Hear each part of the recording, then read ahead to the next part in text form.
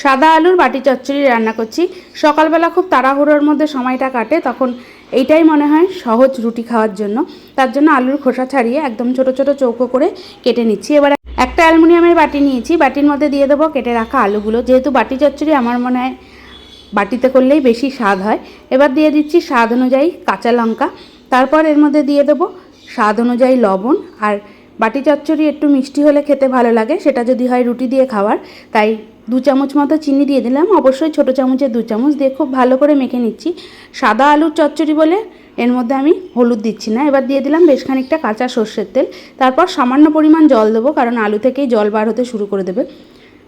এবার গ্যাসে বসিয়ে দিচ্ছি, আস্তে আস্তে ফুটতে শুরু করে দিয়েছে। এবার একটু চামচ দিয়ে নাড়াচাড়া করে ঢাকনা দিয়ে ঢেকে 5 থেকে 7 মিনিট মতো রান্না করব। মাঝে মধ্যে ঢাকনাটা খুলে একটু নাড়াচাড়া দিয়ে নিয়েছি।